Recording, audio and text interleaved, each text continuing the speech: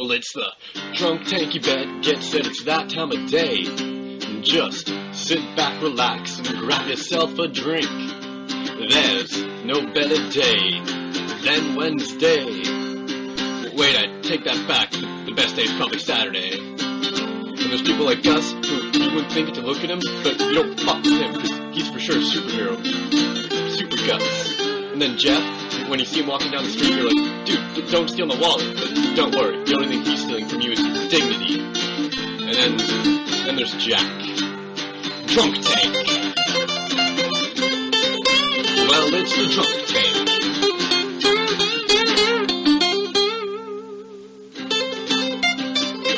Motherfucker. I feel like I need to defend myself. I was acquitted for dignity theft on 3 counts. Nice. I got nothing. You got a wicked guitar solo. That's what you got. And what's up? It's a podcast. Blah, blah. And Bernie's here, even though he wasn't in the theme song. They lift you up, Bernie. I know. That's what I get for being absent. You're one. I feel like you're one of the standards. That's my penance. Jeff, how do you steal someone else's dignity? I don't want to get into it. It's as a condition of the case. There's a gag order. Yeah, there is. A gag order is what started this in the first place. I'll talk to you about it. You got to be careful. In 5 years. once the statute of limitations expires.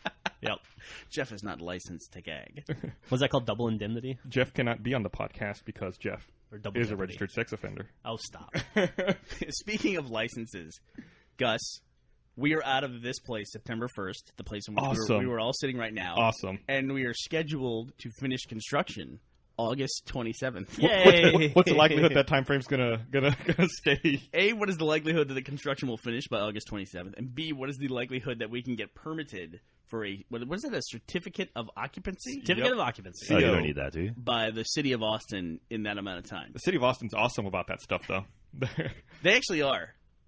Especially if anyone is listening to this podcast, you're fantastic at it. Great job you're doing down there. So that's 4 days of leeway of either A, plus and minus days on construction, or B, that we won't get our certificate of occupancy. I haven't even bothered to check if that's a weekend. Those 4 days. I'm pretty sure it probably is. The 27th is a Friday, I believe. Is it really? Yeah. So we're fucked. Yeah. So nice. Rooster.com will be homeless. So Rooster Teeth will be without office for a few days. Yeah, we'll have no office and a website. Maybe we can just have it's the trifecta. What's the third part of that? How are you holding up with those website problems? Awesome. Dude, the website got a major upgrade last night. Yeah. I'm super excited about it. You probably haven't seen it yet. It's mega fast. We were talking about it this morning. Yeah? Yeah. They discovered a bug that was... Several bugs that they squashed with ones and zeros. Now the website is fast and stable. Did you hear like my marriage? The well-masked skepticism in my voice I there? know, I did. It was... Yeah. Bernie's been working with me off and on for 12 years now. He's learned to meter his expectations appropriately. Tell me about it, why don't you?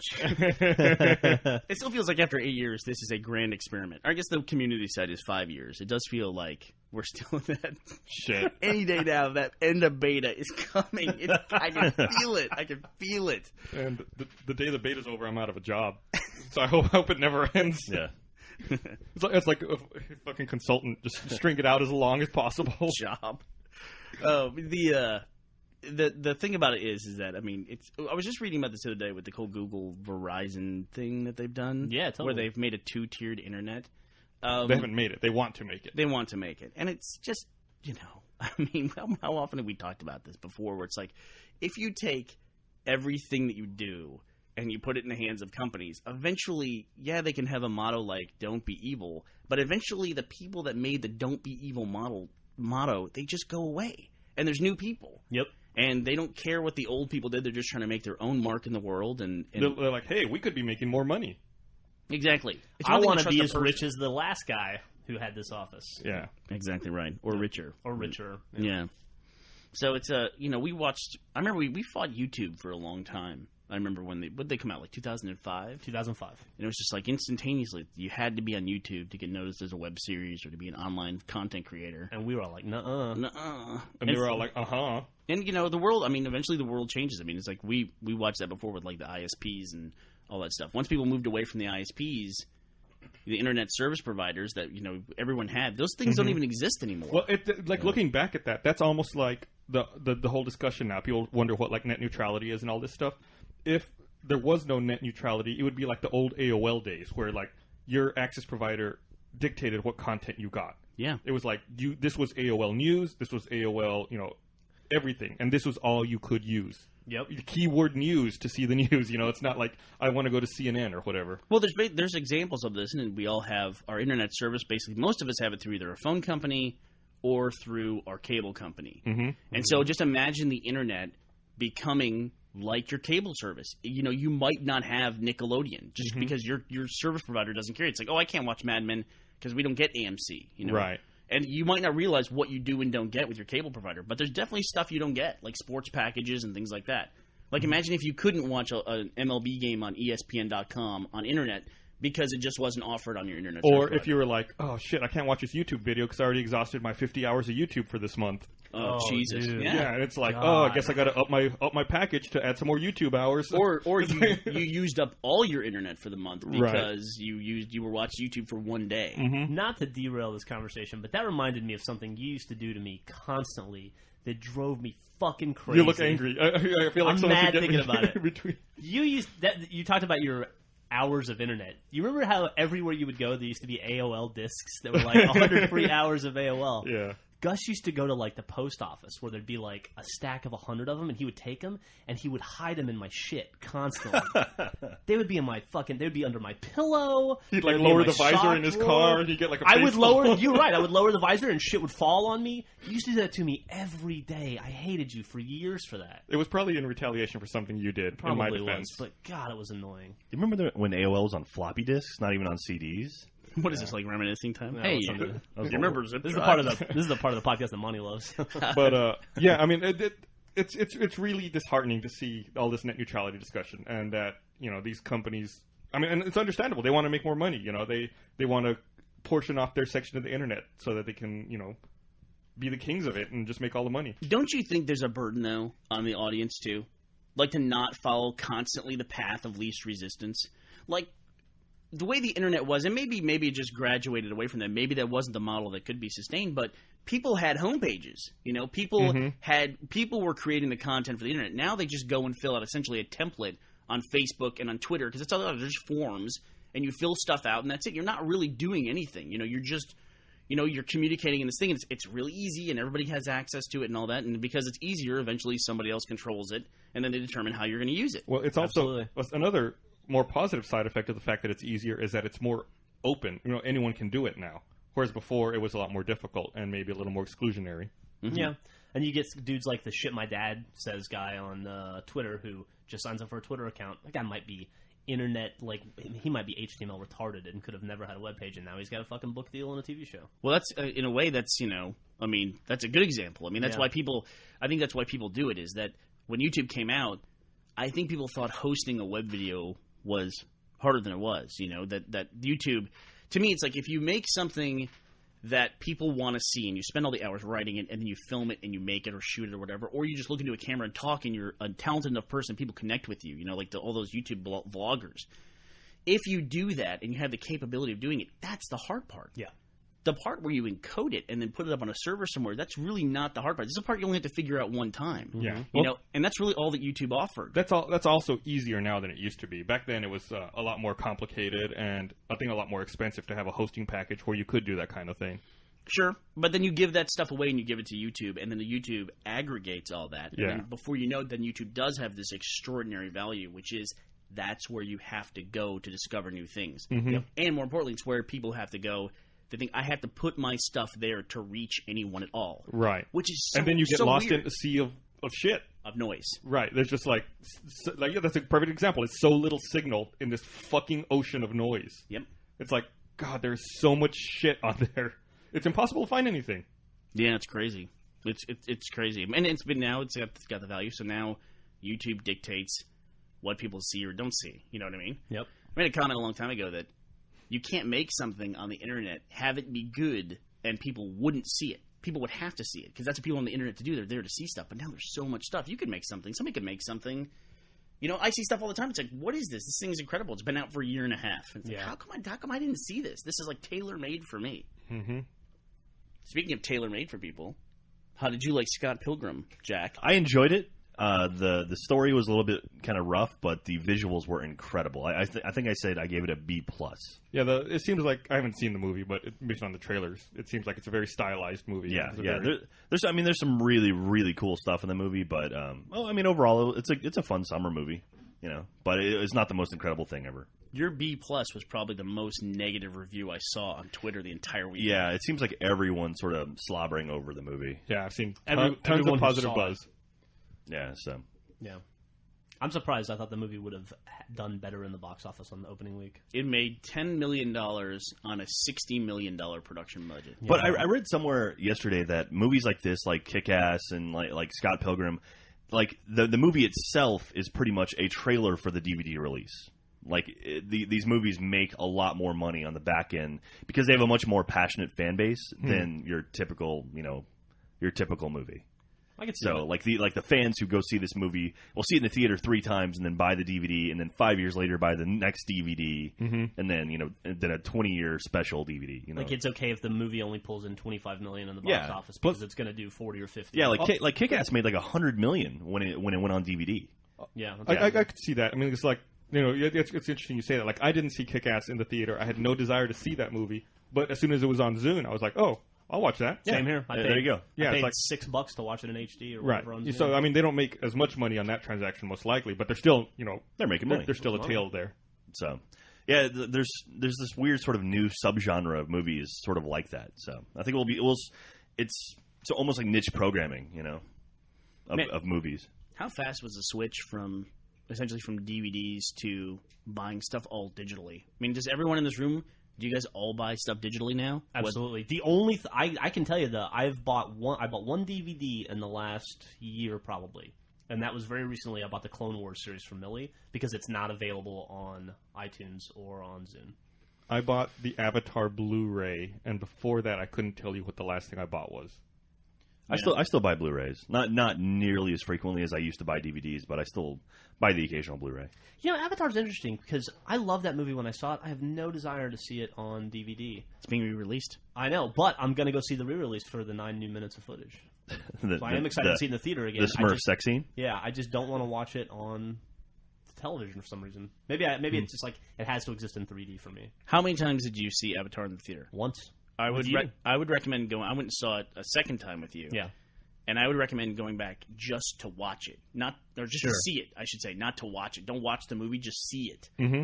And it's crazy. I probably would watch a 60-minute faux documentary or mockumentary that James Cameron would make about Pandora, like exploring it like it's an actual National Geographic video. Right.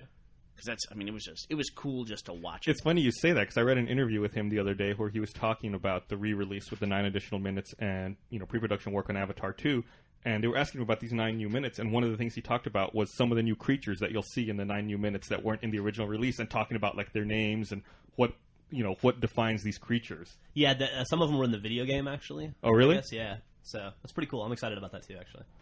Like, there's gonna be some sweeping shots of like animals like grazing together, and like it's gonna be cool. Yeah.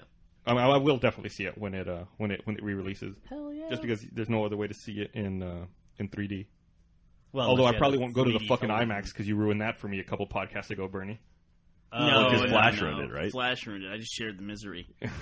Thanks for that. I've noticed on 3D movies, you can see the actual screen a lot better than you can in normal movies.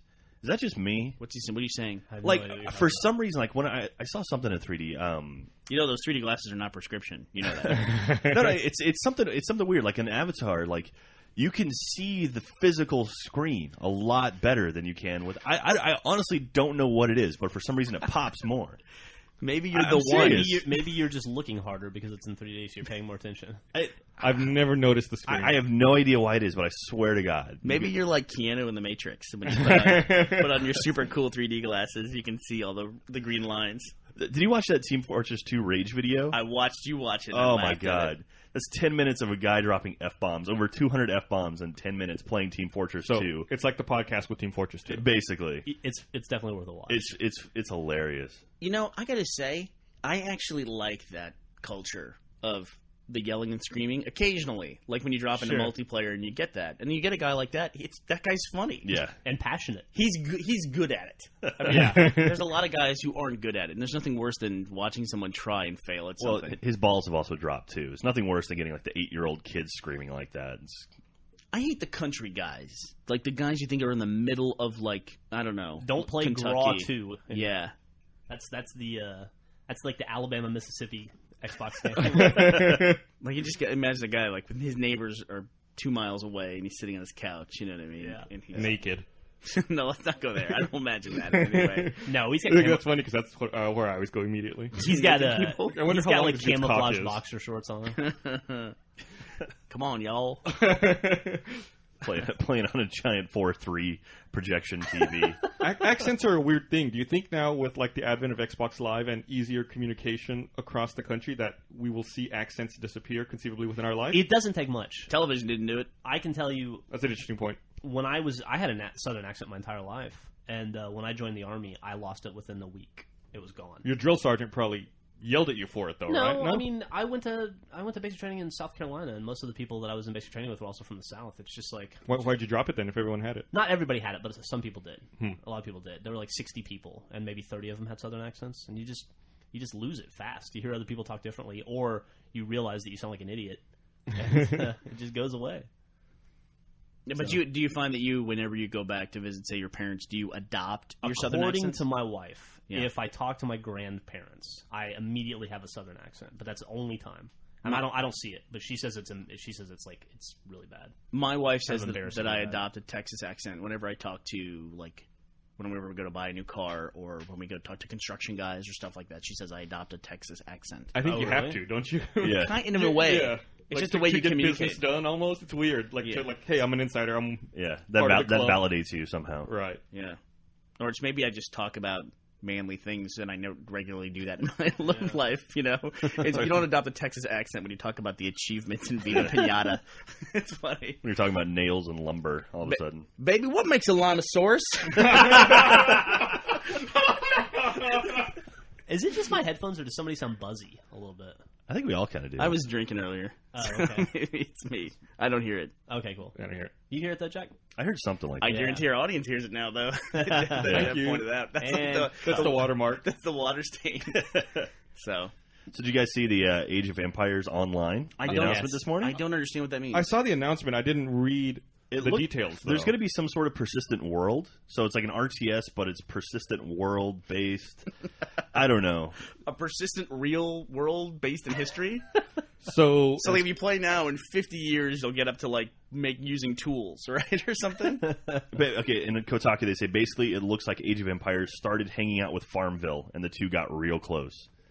That's their quote. So if you're into Farmville, you might be into the next Age of Empires. So it's trying to preemptively strike at World of StarCraft before it comes out? I guess so. World of StarCraft. Just speculation. How often? Do you see? Speculation. Did you see the Windows 7 phone game lineup? Yeah. that got announced? That's pretty Assassin's crazy. Creed's on there. Dude, there's a lot of games There's on a there. Crackdown 2, like, yeah, tower defense game or something, right? I have it up. I'll read some of the That bigger Halo games. Waypoint's on there too. Assassin's Creed, Crackdown 2, Project Sunburst, Earthworm Jim, Flight Control. Oh, Fruit Ninja, great. Did you say Flight Control's on there? Yeah, Oh, Halo awesome. Waypoint, Jack. Dude, Wright. you have no idea what Fruit Ninja is. You play a game called Angry Birds. Dude, that's the best nonstop. game ever. Highest grossing game on the iPhone. Splinter Cell Convictions, Star Wars Battle for Hoth, Star Wars Cantina, Oregon Trail, Hey. Twin Blades, Uno, Zombies Attack, and something called Zombies. Ooh, Women's Murder Club, Death and Scarlet. Battle for Hoth. And What? all of it, yeah, it's going to be a grim game. Yeah, it's like, yay, you won. You got Hoth. Congratulations. The worst backwater ice ball planet. Congratulations. Go celebrate over some Bantha soup. What were they fighting for in Hoth? They just had their power generator. That was it. It's like, so what? We lost that. Let's get the fuck out of here. Oh, no. But all those games are going to have achievements. It also shows that I guess you'll be able to see your avatar. Yeah, on right. the phone. You'll be able to see your avatar. You'll have your friends. And it'll be, like, listed with animated. you. And but yeah, there's going to be achievements on all those games, and they'll have Yeah. multiplayer. So I'm I'll have to check that out. So let me ask you a question, Jeff. Okie dokie. You're getting a promotion today. You are now global marketing. at Microsoft. Thank you. Congratulations. Well, I've worked very hard for this. You have. You About have. time. So you have to name the new phone that has all these games on it. What do you name the phone? I can name it the Windows 7 mobile phone. That's what you name it? Well, I don't think the problem here is that, remember, Microsoft just makes the operating system. They don't make the phone. So this is an operating system they're going to license out to like Samsung or not Nokia. They have their own shit. Kyocera. I don't know. Other cell phone manufacturers. LG. So they're going to name the phones. Okay. And it just runs the Windows 7 operating system. Right. The Windows 7 mobile operating system. And so you want to name it something that implies both games and business. Right. I assume as well. So you don't we're getting at here is what I would probably do is I'm going to name it like Spreadsheet. Like there's no Xbox in here is what I'm getting at. They didn't name it like the X phone or anything like that. I wish somebody would. Right. I'm gonna buy. Isn't that what this is? Yeah, Plus essentially. business applications and all that. Are you gonna buy one? And I'm gonna buy one for the games. I'm not gonna switch away from my iPhone. The iPhone's the greatest thing ever made. But I will buy one, and hopefully I can use it without a phone plan. Yeah, we'll that's see what how, I'm we'll curious see how about. you Find feel out. once you get your hands on the Windows 7 phone. You may love it way more. I doubt it, but it's possible. Never say never. I guess. I don't know if the iPhone is the greatest thing ever invented. I was thinking about this last night because I had to send out my vehicle registration. Which, by the way, why the fuck can you not do that for 5 years? Like, I would pay for my vehicle registration for 5 years out.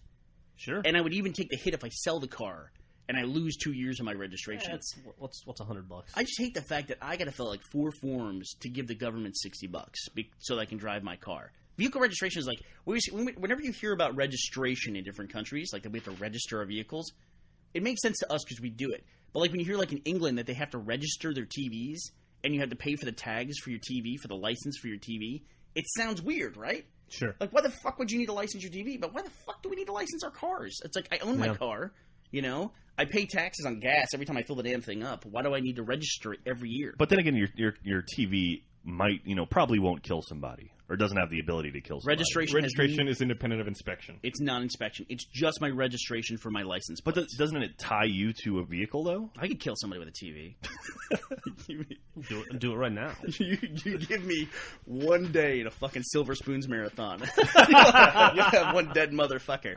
So what are you saying, Jack? I'm sorry? Well, like, the registration, doesn't that tie a person to a vehicle, though? Like, a person is responsible for that vehicle. That has nothing to do with inspection. But it happens when you sell it. Why do you retie it every year? Why do I need to retie Yeah, okay. That makes sense, yes. But, I mean, I can understand why it's registered, though. I mean, I can understand paying for the registration for your vehicle when you buy it, but every year I got to renew it, and if I don't renew it, I get a ticket? It's silly. It is silly. Sorry, venting. No, anyway, it's totally silly. No, It doesn't make sense. I think we're on your side. It's just a way for them to eke out a little bit more of that hard-earned cash. Exactly right. So I have to. So this is also I got to bust out a checkbook. I never use a checkbook, right? So because I went on the online thing and the government systems online don't work. You type in your VIN number and they're like, your vehicle doesn't qualify. It's like, I got to know why. Please explain to me why my vehicle doesn't qualify to register online. Well, you haven't had a valid registration in about 3 years, so that might be the reason. My registration is valid. My inspection was not valid, but because of emissions or something like that, some kind of sensor that does their job for them, it didn't work. But so anyway, I was trying to find a post office box, and I never look for these things, so I don't catalog in my brain where these things are. So I thought, hey, I'm going to go try to find a post office box. Now, how would you do that? How would you try to find a local post office box? USPS.com? Yeah. Right, USPS.com. Do you think that would be an easy process? Like you would go to USPS.com. Yeah. And you could just like find it. Enter in my zip code, and it would tell me. Like you wouldn't have to search through like the latest stamps and all that. Yeah, stuff. no, there should be a fucking link at the top. Find a. There should PO be. box Do you think there would be? I think so, but I'm getting the feeling there isn't. Well, here's what I'm saying: is that I assume that it would just be a website filled with garbage that's not relevant in any way about like the latest Lance Armstrong stamp or something like that, or do you want to sign up with pop-ups and all that stuff? So I downloaded the USPS app, and the USPS app had 3 things: postage rates, mailboxes that are nearby to you by location, by your geo, whatever it's called, log in with your GPS and get it. And I found it. I just pulled up the Google Maps and it showed me all the things around me based on where I am. Oh, that's great. And what I was thinking about was that apps are now the way the internet kind of used to be about 5 or 6 years ago, or maybe even further back now, maybe 10 years ago, when there wasn't all these bells and whistles, so the websites had information on them. Right. And now apps are like I go to apps because there's a streamlined way to get this information. And it's not cluttered up with a bunch of garbage. It's the no bullshit delivery system. It is. It's like you strip away all the bullshit. But I can already feel all this bullshit creeping into the app stuff. You know what I mean? Hey, let me ask you a question while we're on the subject of registration. Are you required to show current insurance to get your car registered? Yes, you are. But you're not. You are, but if you the last 2 times I've registered my car, one time I did it through the mail. They say include your insurance. Yes. And I didn't do it just to fuck with them, just to see. Still got my registration, no problem. The next time I registered my car, I did it over the phone because I saw a phone number. Yep. Didn't require it. So, like, what a huge loophole. Theoretically, it's all tied together, right? And that's the thing that's the forms I had to fill out. I had to go Yeah. find my. They may not care as much now that they have that system in Texas, I guess where so. they can look at your license plate and determine whether or not you have insurance. You could call the lady at fucking Nelda Will Spears' office down there, and you could call her on the phone right now and say, I want to register my car over the phone. They're like, yeah, okay, no problem, da-da-da-da, here's my credit card number. You'll get your registration tomorrow. Yeah, like it's the fastest thing ever. They might have the same access the police do to run the license plate to That's determine possible. your Yeah, I guess insurance so. status. So it might not be as big of a deal anymore. I wonder what other weird stuff you had to register in other countries. Like, what's a weird thing you have to register in Canada, do you think? Guns, I That we don't bet. know? Register your gun? You have to register your gun here, don't you? It's really no. hard to get a gun in You Canada, have to isn't it? show a driver's license to get a gun. Bullshit. What? Go to a gun show. Buy it in cash. Yeah, he's Oh. right. You can just buy it at a gun show. You can go to a gun show. I can go to a gun show with cash and buy a fucking machine gun and shoot all you motherfuckers. That's Throw why it in the there's, like- dumpster and they'll never find me. Can't shoot me. I got a fucking TV with silver spoons on it, bitch. I will fucking take your ass That's out. why they have those like permanent gun shows. Right, that's why outside of town. there's always a gun show somewhere around Austin. That's scary. Yeah. So, like, Damn. one thing I always wondered about, too, is if you get a gun stolen, is that a big deal? I don't know. You don't know? Probably not. Well, it's like if somebody steals your gun, they shoot somebody with your gun, and then, you know. If you report it stolen, you're fine. Chances before are, that. if anybody in this company has a gun, it's going to get stolen in the next 6 months. I know. We've got a rash of thefts, really personal thefts with people getting break-ins in their cars. Griffin, I just found out Griffin is still finding stuff that was stolen out of our studio. She You just found lost some a new painting, stuff. Lost too. a painting, yeah. That sucks. I think it's the economy. I think it is, too. I mean, people are kind of getting desperate. Those art thieves in Austin. I was looking for anything they can, fucking pawn or sell on Craigslist. I mean, Craigslist, Jesus. Yeah. I'm sure, people take shit like that painting. No one will probably have ever taken that before Craigslist. I paid $400 fucking for Yeah, that painting. I'm sure they're not going to pawn it. They're just put it on Craigslist. See what they can get. Yeah, why not? $30. $30 is better than $0. I guess so. If you're just stealing it. If you're a thief, you got to work hard to make this money. It seems like now too. If you're a thief and a smash and grab thief, I mean, you're like in felony territory in one handful. Yep. Like, what does it take to get a felony for theft? Anybody have any Oh, idea? it's not much. It's like $500 worth of. I think it's, stuff. I guess it's right, it's like $400 or $500. I mean, well, it's essentially the retail or the list price for an And iPhone, right? an electronic device is a felony. at Pretty this point. much. Yeah. Unless Yeah. you're stealing like a DS. Or an Xbox controller. Yeah. I mean, hell, you could grab one of those books of CDs at some, an Xbox. Or something. You could take a purse that's worth $500 for crying out loud. Theoretically, could you, let's say I had a bunch of games on demand on a 16 gig memory stick. Gus, you're blowing my mind. Like, could someone stealing a memory stick constitute that much? If it's like, I guess there's enough software on there? If anyone on this podcast answers that question, we're going to get a billion emails about how it's not theft. Right. Because it's a digital copy and you still have yours, and I wouldn't have gone anyway. It's not stolen because you could re-download. Also, the best part would be trying to explain to a police officer how that works. Yeah. I mean, dealing with the police officer I've been dealing with, that was rough enough explaining what an IP address was. I was like, I gave them. We have friends at Microsoft, and they do a deal where they can track Xboxes based on a console ID.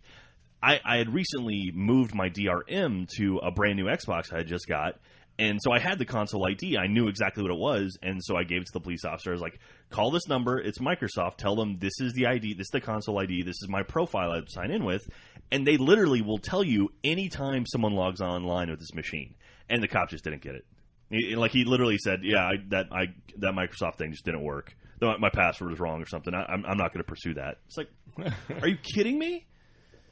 He's got other reports to take, dude. He's too busy to investigate. God. Yeah, too busy to work on a case when there's other cases not to work on. He's like, I could solve this murder or help Jack get his Xbox. I don't.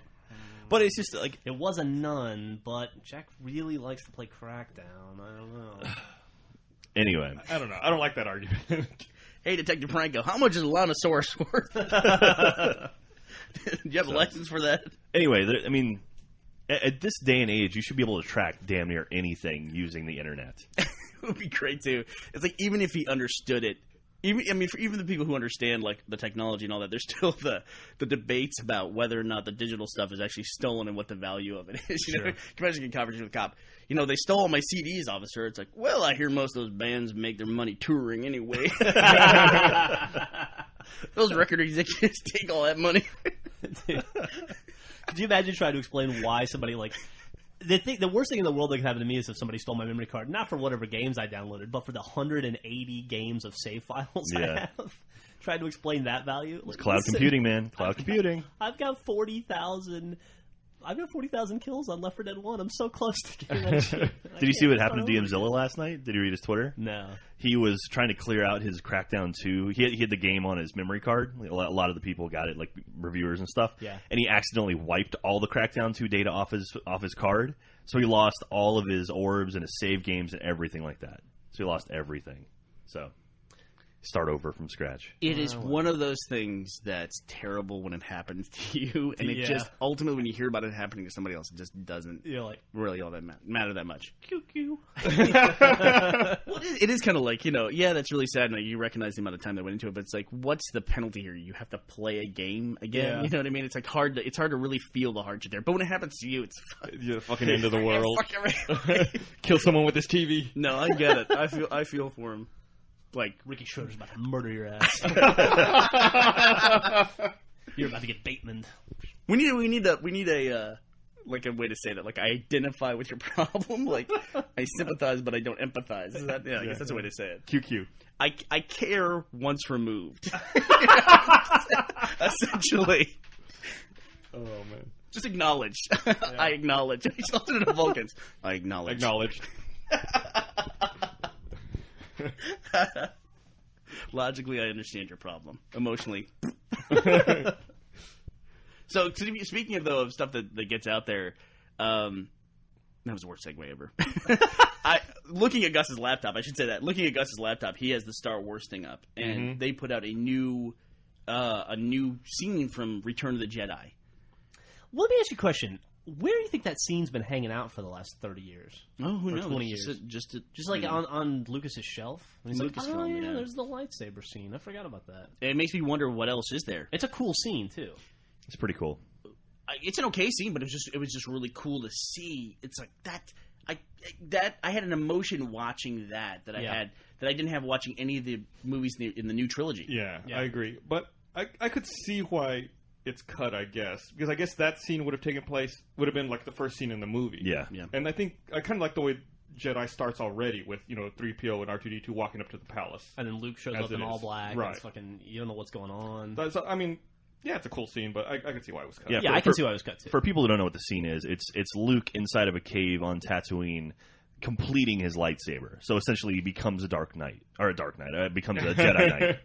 And then I guess he's supposed to put his lightsaber into R2 for use later when he shoots it up on the sail barge. Oh, really? I didn't even see that part. I think that's what they imply. Like towards the end, like he reaches with it towards R2. Oh, okay. Yeah, so that's the bit about Jedi. Like, to become a Jedi Knight, you have to build your own lightsaber, and so. But it shows among other things. Yeah. Yeah, it shows Darth Vader like walking through one of those sets, with all the white walls. Yeah. It almost looks like he's back on the very first set. Star Destroyer. The Princess Leia ship in the very first Star Wars. He's on one of those, like, it's all white walls, and then he ends up in that little chamber that he sits in. I love that chamber. I love that chamber too. But you know what? Every time I see that chamber, I think of that Darth Vader being an asshole video on YouTube. That is brilliant. Yeah. God, that is so brilliant.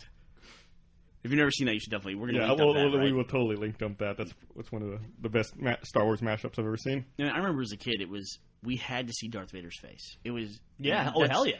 When the third movie was coming out, you were gonna have to see it. I get the feeling it's like not the case anymore. I was reading in a YouTube comment that somebody said at the end of Reach, do they show Master Chief's face? Like, first of all, Master Chief and Reach, why are they even talking about Master Chief and Reach? And then that's the first time I've ever heard that sentiment. Like, we have to see Master Chief's face. I don't want to see Master Chief. I've heard people say that before. Like in Halo, was it Halo 2 or Halo 3? Someone like looked at the texture file to try to see if there was a face under the mask. That was Halo 3, I think. Yeah, right.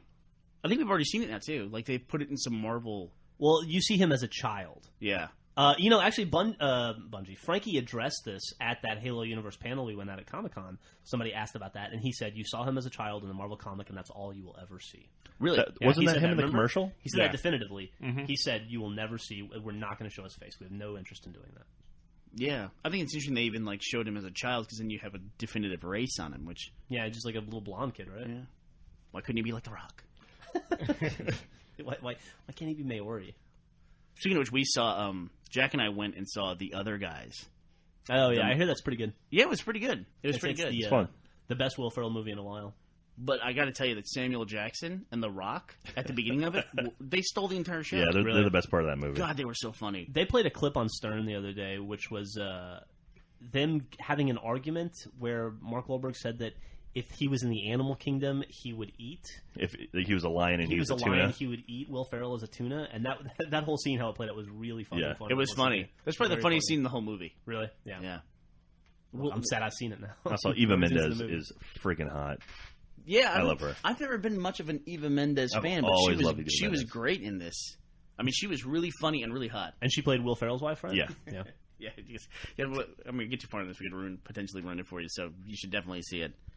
It's would you say it's a definite C, Jack? How do you feel about it? I would say it's a DVD watcher, or Netflix it or something. Yeah, that's what I plan on doing. Zooning it. Well, you don't really go to movies anymore, do you? Although I gotta make a fucking decision between Zune and iTunes. I got half my stuff on one, half my stuff on the other. I never know like what movie exists where or how I'm gonna watch it. It's I would really lean annoying. iTunes. There's more platforms for it. Yeah, I don't know, but I use my Xbox way more than my computer. But I don't have Apple TV. If I had Apple TV, maybe. Plus, you'll have a Windows 7 phone soon. I'm sure they'll have Zune integration as well. You're or maybe probably you should right. stay with both. Plus, dude, the nice thing about Zune that you have to acknowledge is I can go and I can download the other guys, and then I can delete it because I need space, and then 6 months from now I can re-download it again. You can do that through iTunes. Can you? No, you can't. I don't There's think a so. show. There's a show available downloads thing. Well, that's Yeah, that's No, if it that's hasn't been different. downloaded yet. Yeah. Yeah. No, dude. Once you download a movie, I bought Gus and I bought season 1 of Mad Men a long time ago. Watched it, deleted it by accident, and I can't re-download it now. Yeah, even though I Gus, paid for it. Gus and I experienced Yeah. this on the way to Comic-Con. That sucks. Because I was in the middle of watching The Wire on my old laptop. I bought a new laptop, brought the new laptop, and then we sat at the airport and tried to figure out how to get The Wire because we had like an hour to kill. How to download a couple episodes of The Wire, and it's impossible. Couldn't be done. You mean So I episodes have you had already downloaded? Episodes I had already Right. purchased and downloaded. You So can- I you would can have to purchase burn it- them to a disc or put them on a hard drive and then copy them over. Or That's just copy the over only the way. network. You can purchase them and then not download them, and then download them later on a different machine. but Right. That's it. The really bizarre thing about that too is if let's say you watched episode 1 of The Wire, and then you downloaded, watched it, and all that, and then next time you go to buy it, it even warns you, you've already bought this. Do you want to buy it again? Are you sure you want to buy it again? It's like, no, how about I just download it? That's not an option. Nope, not an option. It's either buy it again or no, I don't want to buy it. And the nice thing about the Zune is I have like 4 Xboxes set up in my house, so if I want to watch or if I want to stream something, I can just go to any Xbox and stream what I've already You purchased. watch it on 2 Xboxes at the same time. I could if I wanted to.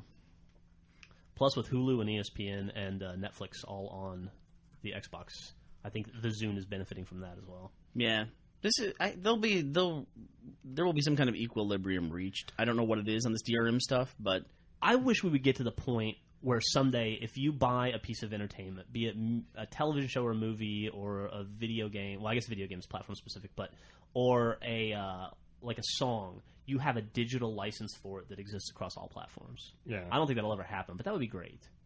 So if I wanted to buy The Other Guys and watch it on my computer via iTunes, Yeah, I don't think that'll ever happen. Another It's thing I'm crazy. It'd be fucked nice about- though. we actually moved away from that Yeah. because you could buy an MP3 and you had the MP3s, I and use- then now suddenly we don't have that anymore. Now we have Zune versus iTunes. like one of the things I'm scared about is when I had the Roku player way back before Netflix integration was on the Xbox. Mm-hmm. I bought that Roku player, which was awesome, but it died eventually. I had it for about 2 years and it died. And the I Roku had- player is just a dedicated Netflix streaming box. It is, but it's also Amazon on demand. Okay. And I bought a bunch of movies from Millie on Amazon on demand, and now those are just in the ether. They're gone. Maybe I can go to Amazon and find them and watch them via some Amazon thing on my computer. Mm-hmm. But it's just like to me all those episodes, all those Harry Potter movies I bought on Amazon just don't exist. I'm sure you can anymore. log in No, to like the Amazon- website and find it. Amazon's actually pretty good, and you know me, I'm a big Could I Amazon just fan. download an MOV? You can probably watch it on probably their player stream it, in yeah. line. Yeah. Same. Yeah, it's not. Or you go get another Roku You know, box. it's funny you say that. Just yesterday I ordered a standalone Blu-ray player for my house, and it comes with Netflix streaming and Amazon Video on Demand built into it. I like the Amazon Video on Demand when I had it via Roku. I use it all the So time. just give me your username and password, and I'll just watch all your movies. Oh, thanks. All right, so I've been doing a little bit of research here.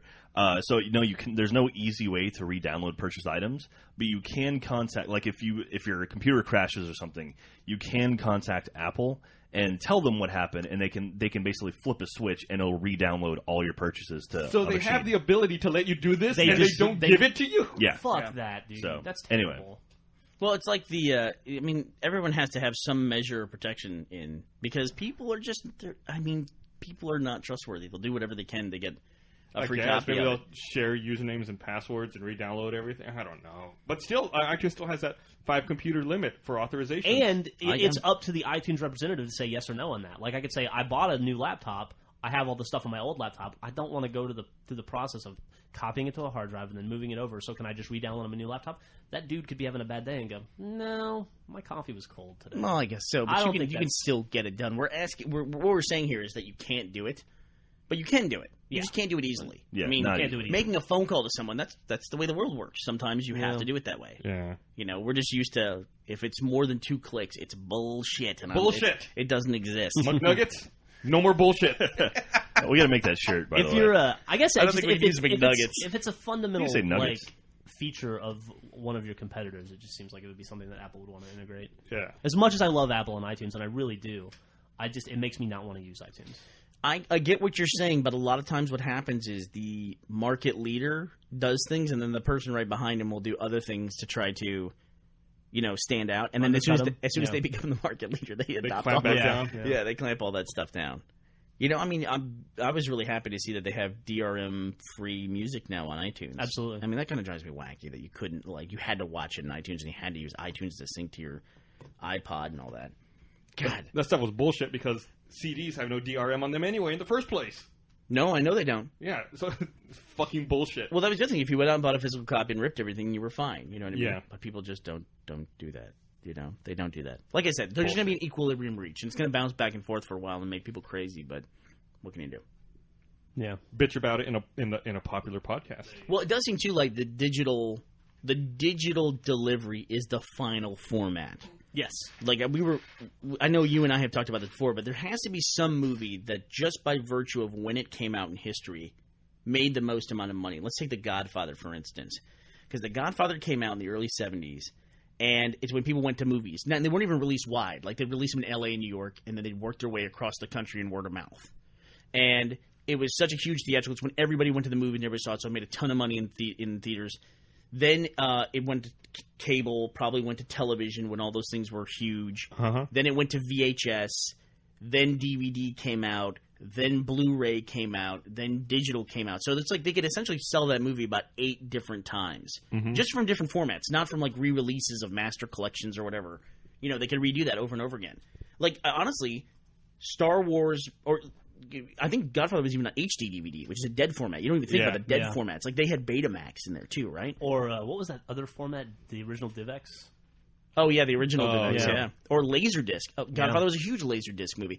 I mean, just think about the number of formats, and there's certain benefit to that. Now a movie coming out, well, granted, there's a lot of different ways you can sell things now, but they're not going to have that long tail of, like, all those different formats being invented. Yeah, That it'll come just up- all be digital. Yeah. I mean, think about the Matrix selling just DVDs. How many DVDs the Matrix sold? Yeah, Man, I feel like that was like the breakout DVD player. You got to buy a DVD player to watch the Matrix DVD movie. It's fortunate time, yeah. Speaking of The Godfather, we were talking about The Godfather and how I haven't seen how ridiculous it is I haven't seen The Godfather in the last podcast. After the last podcast aired, I got a call from my mom, and she goes, "You're absolutely lying. You have totally seen The Godfather." And I was like, I swear I've never seen that movie. And she said, "You don't remember because you were 6, but you watched The Godfather." I was like, Wow. what the hell were you doing showing me The Godfather at 6? Hey, what is And she's like, whatever. what is your son think about the Godfather, Bertie? Yeah. I asked her, I said, well, did I like it? And she said, no, you were terrified by it. You cried all the way through. Maybe because they were fucking cutting horses' heads off. Oh, Yeah, it's choking to do the piano wire. It's funny too because I heard like last week after the podcast, I overheard someone say like there was a group of people talking. And someone said, "I've never seen Star Wars," and the literal first response was, "You haven't seen Star Wars?" It couldn't have been scripted better. It was perfect. That's what literally people say almost every. I mean, it's a 98%, chance that they're going to say that exact phrase. Yeah. I mean, we do that with the the online video stuff now. Yeah, we do. I assume everyone's already seen the Bioshock Infinite trailer. That's awesome. Speaking of online video. Yeah. I thought that was pretty cool. I went and watched it at home on my Xbox. I did so I could the see it in exact same HD. thing, yeah. Way better on the TV. Yeah, I definitely noticed things when I watched it on the Xbox that I didn't notice, like in the tiny player on the internet. Yeah, for sure. There's a lot more of like the art, I guess, in the background showing, the woman. I don't know, the female Uncle Sam. I don't know what you call her, the equivalent. Yeah. Like a lot of art involving her. It's really cool. It's interesting to see. I like the fake out with the underwater stuff at the beginning. Came out of fucking nowhere too. I would have really liked the fake out if I'd been allowed to see it. I couldn't believe that. The way that Jack asked me if I'd seen the new Bioshock trailer. I almost don't want to say it because I was like, in case you haven't watched the Bioshock trailer, you should not listen to the next 10 seconds. You don't want to get jacked. Whatever. Well, Jack comes out, Gus, and he says to me, "Hey, have you seen the new Bioshock trailer where it's in the air and not in the water?" I was like, "No, what is that?" And Jeff goes, "What the fuck is wrong with you?" to Jack instantly. I heard him saying it, and I had to run out to try to catch him from fucking spoiling the trailer. But it was cool. It was a really well done trailer. Yeah, it's been out a week. I'm sure people have seen it by now. Yeah, for sure. If they haven't, If you haven't, too bad. You know, there's Welcome to the internet. there's so few things anymore where I'm now not looking for a twist that it doesn't matter. You know, I can just watch the presentation of it and be fine with it. Sure. See, Mass Effect 2 is coming to PS3. You also don't know you're watching a Bioshock. January. It's pretty cool. You don't know you're watching a Bioshock trailer at the beginning of it. Something that should be presented as a Bioshock trailer, and then you get the twist. Yeah, I mean, you kind of have the underwater You thing. see a and then Big they Daddy They pretty show the early Big on. Daddy statue, and then they show the city skyline. It kind of dawns on you, Yeah. and then they take it away. I think. Well, I thought it was- I'll take your word for I it, thought it 'cause was done well. I wasn't allowed to see it like that. Speaking of Skyline, have you seen the trailer for the movie Skyline? Yeah. He's so desperately trying to change the subject. What's the twist in it? No. I mean, have you seriously seen the trailer for Skyline? No, please ruin it. Fuck you guys. I'm done. I'm out. Fuck y'all. Don't leave. Don't leave. Don't leave. I have more jokes. No, what's Skyline? Please, this is gonna get worse. Somebody's getting frustrated. What's Skyline? I haven't seen it. It was a trailer that was shown during Scott Pilgrim last night. Who's in it? I don't know. It's about. Phase on Love. I'm worried. I'm worried about showing or saying anything about the trailer, but it looks a little bit like Independence Day, but kind of maybe even darker. Oh yeah, Yeah. dude, Independence Day is a good movie. It's really weird too because the trailer references Stephen Hawking's comment about not answering messages from space, and that's kind of interesting to me because that just happened about a month ago. So they must have cut a trailer that included all that. I guess I missed that. What happened? Stephen Hawking said a couple different things. I guess the most recent thing he said was that humanity needs to live another 200 years, and then we're locked. We will not be able to die. Like, we will have been off our planet. Once we're off our planet, that's it. All bets are off. Well, yeah, nothing can destroy us. At that So point. in 200 years, You we're have off the planet. redundancy. Yeah, we have redundancy, exactly. So Hawking, In case this planet crashes, we got the other one is a hot backup. We got our off-site backup. wow, dude. So Stephen Hawking says in 200 years we'll be off Earth and we'll be colonizing and fucking John Carpenter of Marsing it and going crazy. Yeah, but what the fuck does he know? I mean, honestly, who can predict that shit? But he also said that he made a comment. I guess it was a little bit longer. Maybe it was like 5 months ago, where he said we should not be communicating with space. We should not be sending radio signals, dedicated radio signals into space. And if we do receive a message from another civilization, we should not answer it. Not at all. Let it go to voicemail. You don't want to answer that shit. Well, what he said was that he equated aliens landing on this planet with Columbus landing in the New World. Okay. That's what it would be like for us. And then more likely they're a civilization like us that is searching the galaxy for something, whether it's resources or whatever, and we don't want to be what they find. Right. So, Right. They're going to take our spice. Yeah, you don't want them going around looking for the lost city of gold, fucking killing everyone on the way. exactly right. Oh, man. That sucks. I have to say that of all the bizarre... Yeah, it looks pretty cool. Jack just showed me the poster for Skyline. That poster looks awesome. That looks Thank awesome. you, Jack. Those people in that poster are not happy, by the way. Yeah, in the trailer, they're screaming. Ah. But I have to say that of all the weirdo, like, apocalyptic, like, zombies and crazy shit like that, I mean, the craziest thing is aliens could... I mean, it's feasible. The aliens could land on this planet one day, and the world's completely different. Absolutely. Like, it just could happen. You know what I mean? Yeah. And, like, literally in 1 minute, the whole world is different. Like, suddenly we're free-range humans, and they're fucking eating us, and whatever. Some space, organic, Whole Foods kind of thing. You could be on a spaceship, or you could be benign, like happy, like Star Trek stuff. But you could be on a spaceship traveling to another planet in the next month.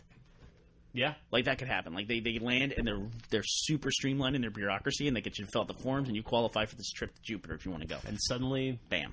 Nobody Is it likely? No. But it's possible. Is it more likely than zombie outbreak? Way more.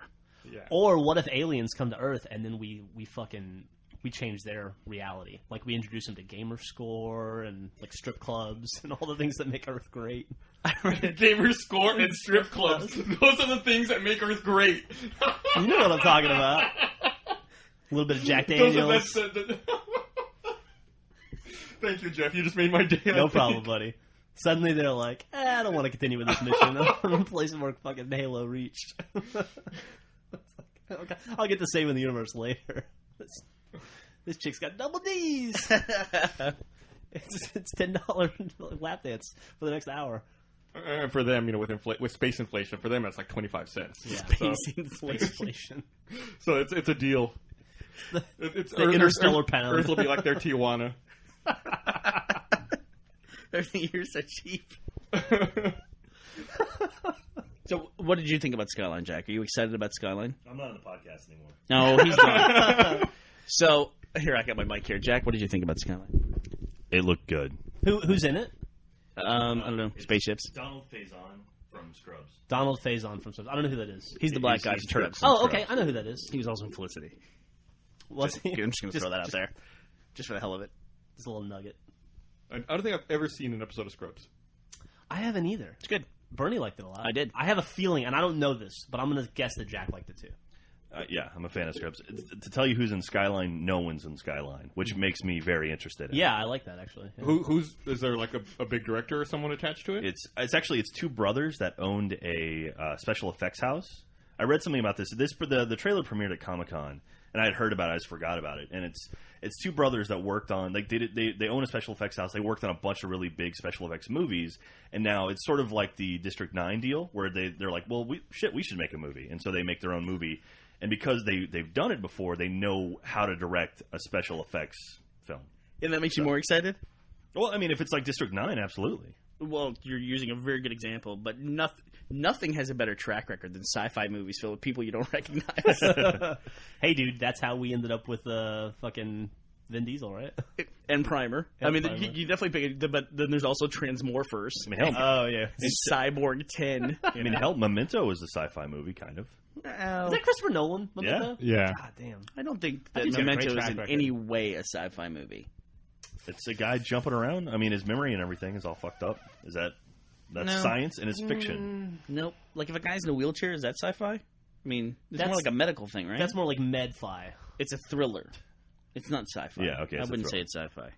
Good movie, though. I mean, you can make arguments whether or not Inception is sci-fi. You I mean, could? Yeah. I think it's pretty sci-fi, the whole jumping into dreams premise. I think you could make a better argument that movie's a fantasy because there's no the science of it. I mean, it's definitely sci-fi and it falls in there, but it's like, what is sci-fi?